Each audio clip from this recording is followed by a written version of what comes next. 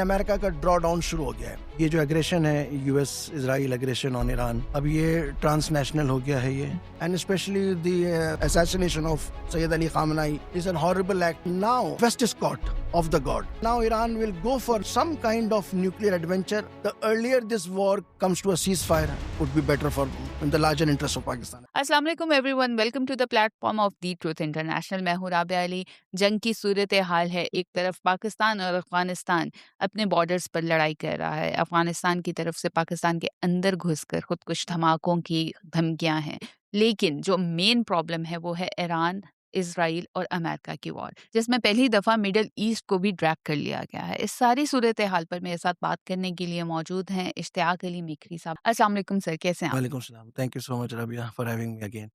Sir, मैं चाहूंगी थोड़ा सा आप नाजरीन को अपना तारुफ करवा दें। मैं नाचीज हूँ।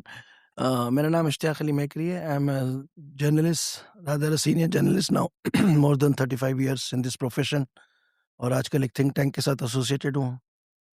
डॉन न्यूज़ से कैरियर शुरू किया था, फिर राइट। 14 साल दुबई में खलीज टाइम्स का एडिटर रहा मैं, ओपिनियन एडिटर, और लिखना लिखाना मेरा काम है, और कोशिश करता हूँ कि हिस्ट्री के राइट साइड पे पाया जाऊँ, राइट। इसीलिए हमेशा कंट्रोवर्शियल ही रहा हूँ। सही। थैंक यू सो अभी मच। ये जो जंग के हालात हैं और एक तरफ पाकिस्तान, अफगानिस्तान, पहली दफा मिडल ईस्ट जो है वो सारी सिचुएशन में ड्रैग हो गया है। बिल्कुल। इनको आप कैसे देख रहे हैं? सबसे पहली बात तो ये है कि ये जो जंग है, अब ये बायलैटरल नहीं रही है। जैसे हम्म। कहा जाता था कि इसराइल ईरान वॉर है हम्म। ये जो एग्रेशन है, US Israel aggression on Iran, अब ये ट्रांसनेशनल हो गया है ये, और इसमें ऑब्वियसली बहुत सारी फोर्सेस इन्वॉल्व हो गई हैं, और जो सबसे ज़्यादा जो रिसीविंग एंड पर है अपार्ट फ्रॉम ईरान, वो several middle eastern Arab countries हैं इस वक्त। Yes. तो इस the war has basically broadened, hmm. The escalation is on. तो इसमें जो है ना, अब ये वॉर यहाँ लिमिट नहीं होगी, जो इस वक्त हम्म। डायनामिक्स नज़र आ रहे हैं वॉर के, क्योंकि शुरू में तो ये प्लान किया जा रहा था पेंटागन की तरफ से और इसराइल की तरफ से, it will be an assault and hmm. Then the regime will collapse, और it will be an all मतलब हुर्रे हुर्रे, जैसे वो हाँ। एंटिसिपेट कर रहे थे 12 डेज की वॉर्स के बाद उसकी वीकनेसेस को उन्होंने ज़ाहिर है कि स्टडी किया था, बट उसके डायनामिक्स अदरवाइज निकले हैं इस वक्त, and it is not going to stop here because Iran is all prepared to go for a long out war. It's a war of attrition now, and I right. think that very sooner than later, other major powers in the region, especially China and Russia, will also step in, और indications already हैं कि लेकिन आपको क्यों लग रहा है कि चलें, रशिया तो हमेशा वॉर के अंदर कहीं ना कहीं जी, अपने आप को अमेरिका के साथ फिट इन करता रहा है, बट वाई चाइना? हाँ, इसमें मेरा सिनॉप्सिस ये है कि रशिया भी जो है वो अमेरिका के साथ इस वक्त प्रैक्टिकली वॉर में जाने में इंटरेस्टेड नहीं है पिछले कई महीनों से, क्योंकि इनकी जो अलास्का की समिट हुई है और हम्म। जिस तरह प्री ऑक्युपाइड है रशिया यूक्रेन में,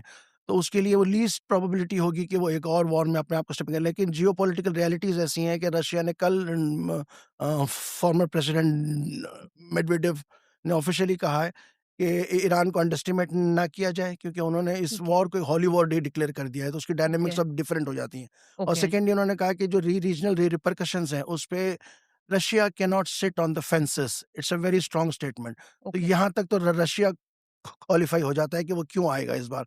चाइना का जहाँ तक आपने कहा कि it's a very it's a given principal that China is not interested in any Wars, China is not interested in throwing itself into any unknown conflict, either वो regional हो या एक्स्ट्रा रीजनल यस। हो।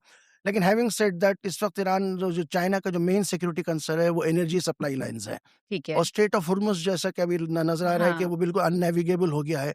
तो उसके बिल्कुल। बाद China के security interest पे उनके फॉरेन मिनिस्ट्री ने भी, और उसके अलावा उनकी जो प्रेसिडेंट का ऑफिस है शी जिनपिंग का, ठीक है। उन्होंने भी अपना कंसर्न शो किया है।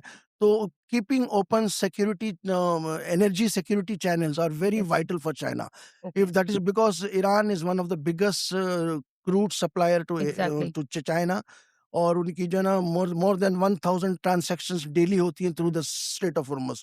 तो उसको रिटेन रखने के लिए और साउथ चाइना सी को बिल वायबल रखने के लिए, I think at some point of time China will step in, not as a part of the war, but as a pressure valve that will obviously change the entire dynamics of the war. और वो Iran के साथ stand करेगा वैसे ही जैसे obviously Pakistan के साथ उसने स्टैंड किया। बिल्कुल, ऑब्वियसली ईरान के साथ चाइना के अलावा वैसे भी उनका जो 25 इयर्स का लैंडमार्क एग्रीमेंट है ऑफ ठीक है। Investment to the tune of $300 billion, और इसके अलावा ये कि वो स्ट्रेटेजिक अलाई भी है।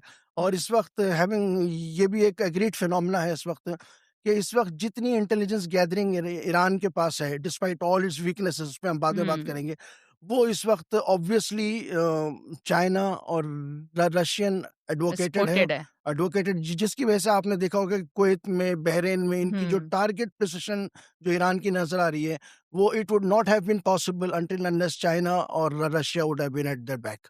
ठीक है। और इज़राइल का जो हमला था जी। ईरान पर, उससे पहले ही वो ईरान के अंदर पेनिट्रेट कर चुका था, आपको लगता है? कुछ जी। ऐसा था? आपने इसराइल पे हमला कहा तो सबसे पहले तो it's a moral ethic as well to condemn this. It's an aggression. It's a blatant aggression in hmm, violation of international law, and especially the assassination of Sayyid Ali Khamenei, the yes. supreme leader of Iran, is an horrible act. Hmm, The most horrible act conducted after World War One, yes, and Israel has to be put in the dock yes. at some time in history. But God knows when that will happen. लेकिन मैं समझता हूँ कि ये जो Israel का जो aggression है उसमें आपने कहा कि इजरायली इन्फिल्ट्रेशन हो चुकी थी। ये सबसे बड़ा वीकेस्ट पॉइंट है जो ईरान का इमर्ज होकर आया है। इस वक्त ईरान 3 फ्रंट्स पे लड़ रहा है। एक तो ईरानियन नेशन की रेजिलियंस है, येस। एक उनका ओवरऑल नेशनलिज्म है, और तीसरा ये कि उसकी जो सिविलाइजेशनल ट्रेंड्स हैं, इन तीनों चीज़ों को सामने रख के लड़ रहा है।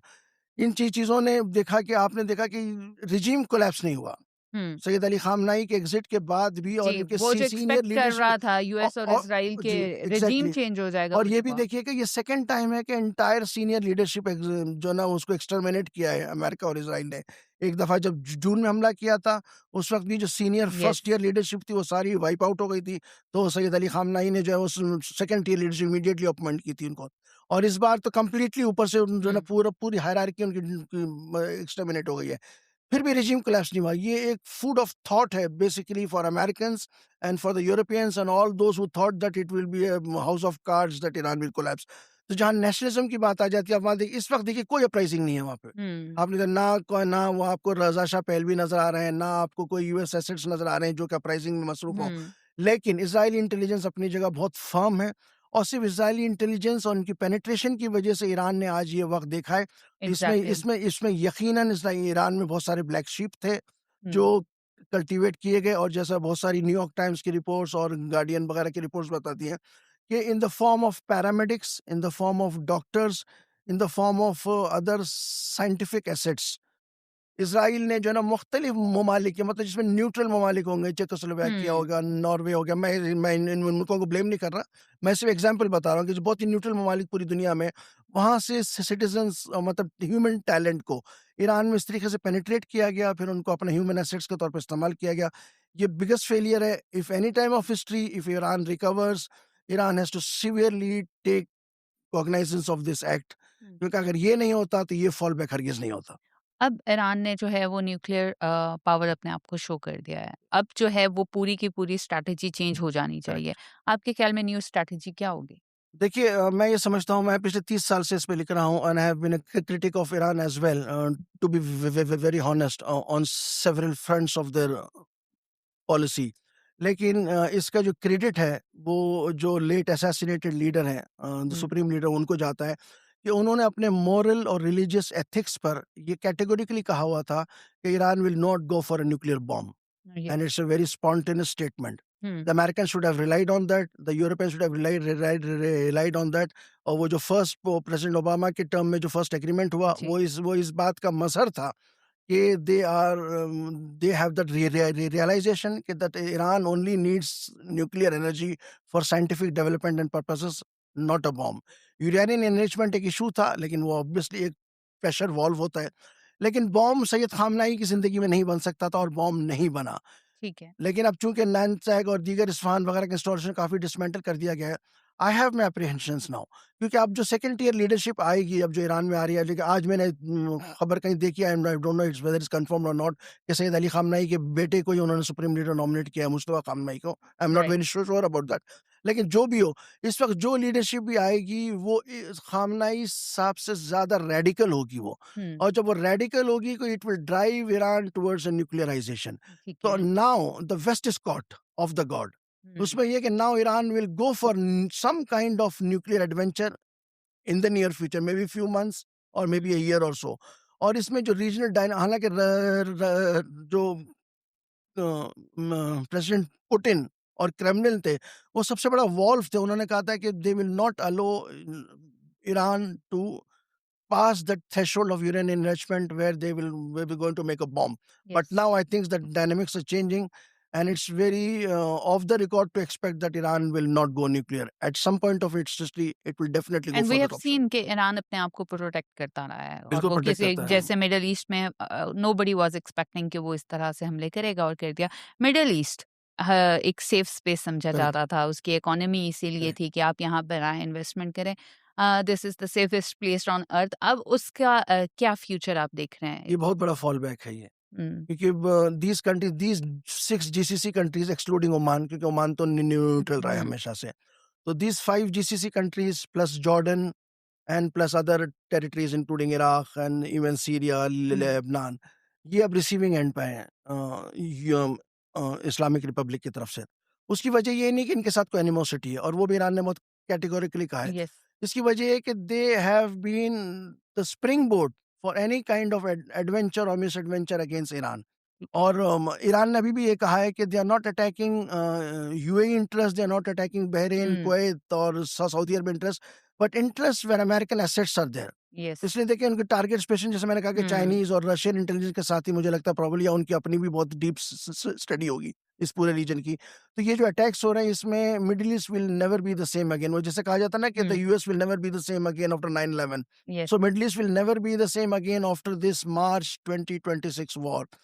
एक्रिमनी बढ़ेगी, एनिमोसिटी बढ़ेगी between Arab states and Iran, और सिविलाइजेशनल क्लैश, सेक्टेरियन क्लैश तो अपनी जगह था ही था, लेकिन मैं समझता हूँ अब एक इंतहाई जियो स्ट्रेटेजिक एलिमेंट भी बीच में आ गया है।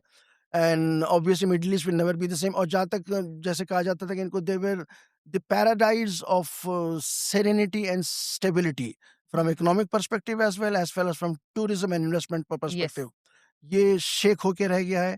It will take a long long time before it goes. तो उसमें बस यही कहा जा सकता है एज एन एनालिस्ट कि the sooner they get back to the table, the sooner things will start लेकिन इम्प्रूविंग। कहा जा रहा है इस सारी वजह से जो वहाँ पे इकोनॉमिकल सिचुएशन बनेगी, उससे पाकिस्तान बहुत इम्पैक्ट होने वाला है। पाकिस्तान पहले ही इकोनॉमिकली अच्छे एग्जैक्टली। हालात में नहीं है। अब पाकिस्तान कहाँ स्टैंड करेगा? एक तरफ अपने बॉर्डर्स पे वॉर कर रहा है, ईरान के साथ प्रॉब्लम, इस सारे उसमें पाकिस्तान की इकोनॉमिक्स कहाँ पे स्टैंड करेगी? इसमें राबिया मैं समझता हूँ कि पाकिस्तान का ट्विन डायमेंशनल सामने एक रोल आ जाता है। एक तो एक उसको बहुत ही बैलेंसिंग एक्ट करना है इस वक्त, because now we are dealing with Saudi Arabia, yes, now we are dealing with UAE, and now we are dealing with Iran as well. Iran is our immediate neighbor, having a border of 900 exactly, kilometers border, and then we have special economic relations with UAE exactly, and Saudi Arabia, and they have been at the beck and call for our bailout. And then we have a defense act pact as well with Riyadh. Any attack on Saudi Arabia will consider an attack on Pakistan, yes, and likewise. इस horizon के बाद एक तो ये aspect है, पाकिस्तान बहुत ही balancing act करना है कि कहाँ खड़ा हो, कहाँ में वो कोई राज कपूर का गाना है ना, तुम्ही से दिल का हाल सुनाए, तुम्ही से राज छुपाए, वो हाल हो गया इनका। ठीक है। उसके बाद है कि जहाँ तक पाकिस्तानी इसका पॉइंट ऑफ व्यू है, 1.6 to 1.8 million Pakistanis are in UAE. Similarly इतनी तादाद या 2 मिलियन के करीब जो है वो सऊदी अरब में। $36 बिलियन का जो टर्नओवर है वो इधर से बेसिकली हमारा आता है। एग्जैक्टली, तो ये चीज़ को देखना पड़ेगा। आप देखें वहाँ जो हालात इवॉल्व होते हैं उसके क्या सोशो इकोनॉमिक इम्पैक्ट आता है। अभी जैसा मैं सुन रहा हूँ कि यूएई में फूड शॉर्टेजेस शुरू हो गई है और वहाँ पे चीज़ें एक्सपेंसिव होना शुरू हो गई हैं। तो ज़ाहिर है कि हो सकता है कि वो ड्रॉ डाउन भी हो इसका। जैसे 2009 में जो इकोनॉमिक क्राइसिस के बाद एक स्केल डाउन हुआ था जिसमें रेंट्स नीचे आ गई थी, यस, दीगर चीज़ें हो गई थी और क्रेडिट कार्ड का एक्सप्लोजन हुआ था। तो मैं समझता हूँ अगर ये हालात अगर दोबारा खुदा न खास्ता इन ममालिक में पैदा होते हैं, जो कि ऑब्वियसली पैदा होंगे किसी हद तक, तो किस हद तक पाकिस्तानी फोर्स जो एम्प्लॉइज है वहाँ पे हैं उनकी रिट्रेचमेंट होती है। How many hundreds and thousands of peoples are going to lose their jobs, और how unviable they are going to be, especially in both this countries as well as in Kuwait, exactly, Bahrain, other countries. So I think Pakistan should be prepared for a big flashback Mm. And another factor, the oil factor. Yes. The oil prices are spiraling. $77 अभी हो गई है इस वक्त पर barrel, और हमारी government ने तो बिल्कुल ही हाथ ही खड़े कर दिए। उन्होंने कहा कि जो जो उसका इम्पैक्ट आएगा वो वो हम हम पूरा उसको देंगे। 15 डेज पे आगे फॉरवर्ड कर देंगे। यस। तो सानू कुछ नहीं करना। तो ये इस मेंटालिटी के साथ तो Pakistanis are on the receiving end. I think socio economically as well as geopolitically tough times are ahead. जंग के ऊपर दोबारा से आते हैं जी। और बात करते हैं पाकिस्तान का क्या कैरेक्टर रहेगा इस सारी जो वॉर की सिचुएशन चल रही है, बिकॉज अफगानिस्तान के साथ तो वी नो ऑल नो कि हम एक लड़ रहे हैं। अब अगर चाइना ईरान का साथ देना चाहता करेक्ट। है, पाकिस्तान के अमेरिका के साथ भी गुड टर्म्स हैं, राइट। चाइना के साथ भी गुड टर्म्स हैं, पाकिस्तान क्या क्या अपनी स्ट्रैटेजी अपनाएगा? इसके लिए वो इंग्लिश में इडियम में Pakistan is in a catch 22 situation. जी। तो करे तो क्या करे और ना हाँ करे करे तो तो क्या क्या करे? करे। सबसे पहली बात है कि we are allied ally of the United States, hmm. और we have placed almost most of our eggs in the American hmm.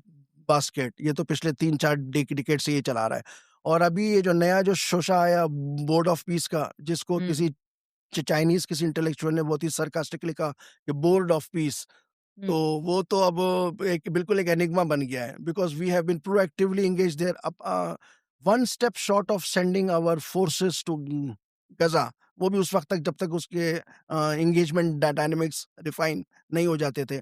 We are part of board of, और सबसे एक्टिवली बोर्ड ऑफ पीस। ठीक और है। वो तो Trump तो हमें जहाँ देखता है वो हमारे ही शुरू हो जाता है। वो यस। तो इंडिया को बताता है मैंने 8 गिरा दिया, 9 गिरा दिया, 10 गिरा दिया। यस। अभी और बात है कि अमेरिका की बहुत सारे जहाज गिर गए अब मिडल ईस्ट में। तो यहाँ पाकिस्तान क्या करे, एक तो यूएस फैक्टर है, फिर देन चाइनीज फैक्टर है।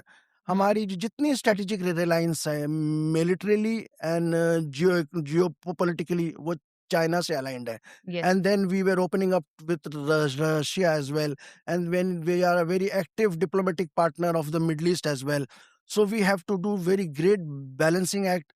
I'm not sure what strength of diplomatic wisdom is there at the moment, but I think we cannot take sides. At the same time, we have a moral understanding to stand with Iran, because Iran has been an aggressor, as we have been a victim of aggression, victim of terrorism in the last all these decades. Exactly. So is the case with Iran. So we will keep standing with Iran, but at the same time, we have to do very serious balancing act with the US and China. And this is where, जैसा इस वक्त जो diplomacy जा रही है, Oman, Turkey and Pakistan are the three pivotal countries that are engaged in brokering some sort of a thaw. Americans are already interested. Now they are fed up of war. In the fourth day, the world's lone superpower is fed up of war and it wants some kind of mediation through Italy or Oman or something like that. So this is where Pakistan should play a role. The earlier this war comes to a ceasefire would be better for in the larger interest of Pakistan. Do you think कि ईरान अपने proxy networks को use करेगा? इस पे बात करना बहुत ज़रूरी था। अच्छा कि आपने सवाल किया। I was really hoping this. Iran की जब हिस्ट्री लिखी जाएगी, उसकी जब फैलेसी लिखी जाएगी, तो उसमें प्रॉक्सीज को लिखा जाएगा लाजमी तौर पे। Had Iran not ventured with these proxies in Iraq, in Syria, in Lebanon, even in Yemen, the Houthis, all these, the Hezbollahs, and even in Pakistan to an extent, Yes. because the sort of sectarian tip we have here has a lot to do with the encouragement and the endorsement from Yes. Iran. That's a very bitter fact, and as a critic, I've always made that public. Had Iran not indulged in this, Iran would have been a super refined power. So by opening your fist, you always show your weakness. So this is where Iran had blundered. $86 billion का उनका turnover है Iran का from oil. So I am just wondering इस turnover के बाद भी Iran के ये हालात हैं. Sanctions अपनी जगह है, लेकिन $86 billion means a lot. It means that Iran over all these decades had been spending a lot on these proxies for the sake of a deterrence, for the sake of some kind of balancing act in the region. But that has come down. Watershed moment आ गया. Hezbollah is over. Yes. Houthis are incapacitated. Iraqi Shia militias are gone for good. ठीक है ना. अब यहाँ अब क्या होगा? अब दोबारा now अभी as a phoenix the Hezbollah is coming back. अभी जैसे जो engagement इजराइल की और हिजबुल्लाह की नजर आ रही है, तो लेकिन वो बहुत ही ना होने के बराबर, मतलब नेग्लिजिबल एलिमेंट है वो, लेकिन वो एलिमेंट ऑफ रेजिस्टेंस तो है. If Iran, after coming out strongly from this war, if again opts for this strategy of hiring proxies, of backing proxies, it will be a blunder too.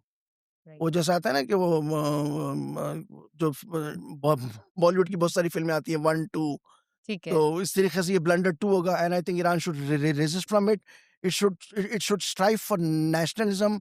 और इस वक्त जो एंडोर्समेंट उसको at home मिली है despite severe socio economic hmm, grievances at home yes.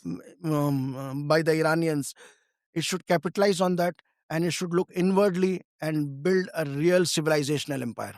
अच्छा, एक और सवाल जो मुझे बहुत देर से दिमाग में आ रहा है और जी। वो ये है कि क्या अमेरिका अपनी स्ट्रैटेजी चेंज करने लगा है?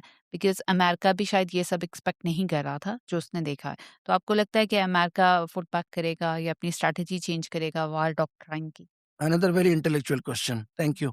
बेसिकली अमेरिका की क्या पॉलिसी है इस वक्त, आज जब हम ये रिकॉर्ड हुँ, कर रहे हैं on 4th of March probably, yes it's 4th of या मार्च, तो it's 4th of 4th of March. March, तो अमेरिका की स्ट्रेटेजी आज सुबह वेवर्ड है। Okay. America intervened with Israel for explicit purposes of regime change. Hmm, Now, the defense secretary says, no, there is no more regime change. We are interested in only nuclear. Hmm, Marco Rubio, the Secretary of State, says no, it's not nuclear. It's only a kind of change that where we want to bring in Iran, and we are more concerned about the missile program. So whether they want to take out the regime, whether they want to take out the nuclear program, whether take out the missile, they are very unfounded on this. अगर nuclear की बात की जाए तो उन्होंने 9 महीने पहले ये कह दिया था कि they have totally dismantled Iran's nuclear um, infrastructure. Then why this strike again? अगर रिजीम चेंज था तो they have failed in this objective. Regime change अभी तक नहीं हो सका, आज की तारीख तक हुँ, रिजीम चेंज नहीं हो सका और बहुत अनलाइकली लग रहा है अभी सब। क्योंकि जब कोई भी ऑप्रेस नेशंस नेशनलिज्म को स्ट्राइव कर जाती हुँ, हैं, Germany is the biggest exactly. Example, China is another example under Mao, हुँ, तो उसके बाद जो है वो ये रिवर्स प्रोसेस शुरू हो जाता है। तमाम ग्रीवेंस के अब जैसे हमारी हाँ, हम मिनिस्टर कौम, हमारी बात लेने, पाकिस्तानियों की बात लें, तमाम तो differences, but when there is a foreign aggressor we are all united on one page. Yes. तो इस तरीके से मैं नहीं समझता कि रिजीम चेंज भी होने वाला है, but what the Americans need to do least at least is to engage with Iran, is to repairment Iran, come for a new, broader base Middle East settlement that includes the question of Palestine. This is where I think Iran can somehow come back to the table, because what is given is that the entire map and geostrategic potential of the Middle East is changing, and Iran will be a beneficiary in this in the long run. और India, India सामने से नहीं आ सका पाकिस्तान के। अब वो हम जानते हैं जो अफ़गानिस्तान के साथ पाकिस्तान की वॉर चल रही है। इस सारे सिनेरियो में इंडिया क्या प्ले करेगा? क्या अपने हवाई अड्डे देगा अमेरिका को? किस तरह से? क्योंकि इंडिया की भी बहुत इंटरेस्ट है मिडल ईस्ट में, स्पेशली यूएई के साथ। तो इंडिया किस तरह से अपनी स्ट्रैटेजी बनाएगा? मैं अभी पिछले दिनों ही किसी बहुत ही सीनियर एनालिस्ट को, जो कि मतलब ऑफिशियली था इंडिया का, वो मैं सुन रहा था, उसमें कहा कि इंडिया इस पूरी स्कीम ऑफ थिंग्स में ना काफी रेलिवेंट हो गया है, हुँ, हुँ। Because now it is looking the other way around. उसका चूंकि अमेरिका और इसराइल के साथ डीप अलाइनमेंट है, तो इसलिए देखें कि जो at the official level from the BJP point of view, from the hmm, south block point of view मैं बता रहा हूँ, उन्होंने सैयद अली खामनाई की कंडमनेशन से भी उन्होंने गुरेज किया, मतलब इसराइल को उन्होंने हाँ, कंडम नहीं किया। अब इसमें जो है ना, चाइना के साथ भी they are not very soft as far as this Iran hmm, issue is concern. So इस पूरी वॉर में तो उनका कोई मुझे रोल नहीं नजर आता, लेकिन while they have this tendency of playing smart, as you can see that they have made a great rapprochement with Canada yes. after such a long fuss, and now they have mended their fences with China. They have gone back into the American lab after 3 months of critical diplomacy with the Americans. They have engaged the Russians as well. So their diplomacy is something of par excellence homework. So I think that what the maximum that that India can do is to somehow reach out to Iran at a later point of time, assuring it of hmm, its coordinate other things. Like, but as far as Pakistan is concerned, this is an opportunity. I will not say, I should not say it opportunity, but it's an opportunity for India, and it will try to seize this by somehow destabilizing Pakistan, and the evidences are already there. We have opened a Western Front with Afghanistan. We are fighting out with the Taliban regime, and the India has its repercussion. Obviously, there are sleeping cells, there are abettors hmm, here inside this country. We had this January 31 fiasco, where 12 Balochistan cities were held hostage for a day almost. Yep. And all these are proxies which are Hmm. operating. And I think what we also need is that astute intelligence gathering Hmm. and very acute diplomacy at the same time. Right right sir आपको लग रहा है कि इसका कोई way forward है कोई diplomacy इस कॉन्फ्लिक्ट को खत्म कर सकती है डिप्लोमेसी इस कॉन्फ्लिक्ट को ख़त्म कर सकती थी अगर ऑन डे वन ये मास स्केल असैसिनेशन ना होती, अगर सुप्रीम लीडर एलिमिनेट ना हुए होते, तो 2-3 दिन की झड़पों के बाद जो है वो डिप्लोमेसी पे दोनों पार्टीज दोनों फरीकें आ जाते। लेकिन अब इशू जो है ना वो थोड़ा सा एक्सप्लोड हो गया है ये, ठीक और है इसमें एक्स्ट्रा टेरिटोरियल फोर्सेस भी शामिल हो गई हैं अब।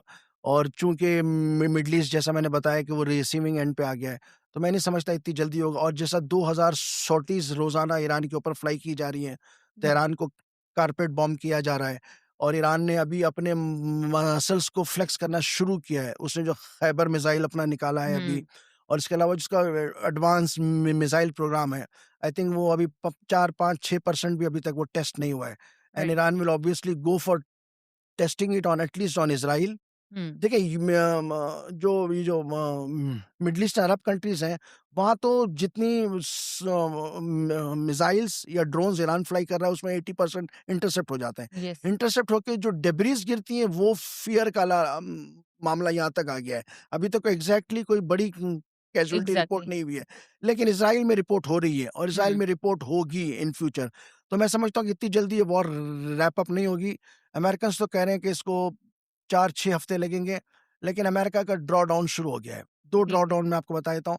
एक ड्रॉ डाउन ये कि उनके पेंटागन ने खुद प्रेसिडेंट को बता दिया है कि we may run short of armament and artillery, so this is where we need to watch out. जबकि प्रेसिडेंट ट्रम्प कहते हैं कि नहीं, ऐसा नहीं होगा।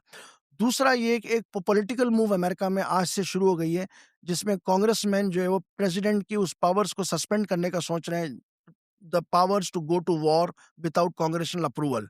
यस तो मैं समझता हूँ आज से वो प्रेशर बनना शुरू हो गया है। विद इन नेक्स्ट 4-5 डेज अगर कांग्रेस अमेरिका के एक्ट में आती है, तो I think America will have to bite the dust this time once again, as in Vietnam, as in Afghanistan, yes as in Iraq. So I think the Iran is the fourth episode where it will be forced for a retreat from the diplomatic point of view as well and from the military point of view as well. This is where we see the way forward, but we have to have a brave speech once again. हमने America को बहुत discuss कर लिया आपको क्या लगता है कि इसराइल की क्या स्ट्रैटेजी होगी the main Israel is always in the cahoots, as you know. Very interesting question. As a conclusion, I would like to say the United States had a president who talked of no wars. इन्होंने जो national security policy to 2025 दी, उसमें president Trump ने कहा कि we are not interested in wars, rather he is going to be act as an ambassador of peace, and he kept on saying that he has stopped at least 7 to 8 wars worldwide, but he went for a war on Iran, despite the fact that both the parties were near to an agreement. They were almost near to an agreement, and Sayyid Khamenei had already indicated to his officialdom that we are near to a deal. ये deal हुआ क्योंकि Israel की वजह से हुआ। I think Israel has to be nailed down, but who will nail down? The Arab states can't do that. So it is only this fireback that is coming from Iran will create an equation where Israel will also have to come down to an equation of negotiating with its neighbors as well as with Iran. But do you think Israel will do that? Israel will never do that. So this is our conclusion. The answer to history is that Israel will never do that, because every arrogance of power has its come down as well. And I think Israel will have to face it one day, until unless some wise men in the American establishment prevail over Israel to do so. But I don't see that.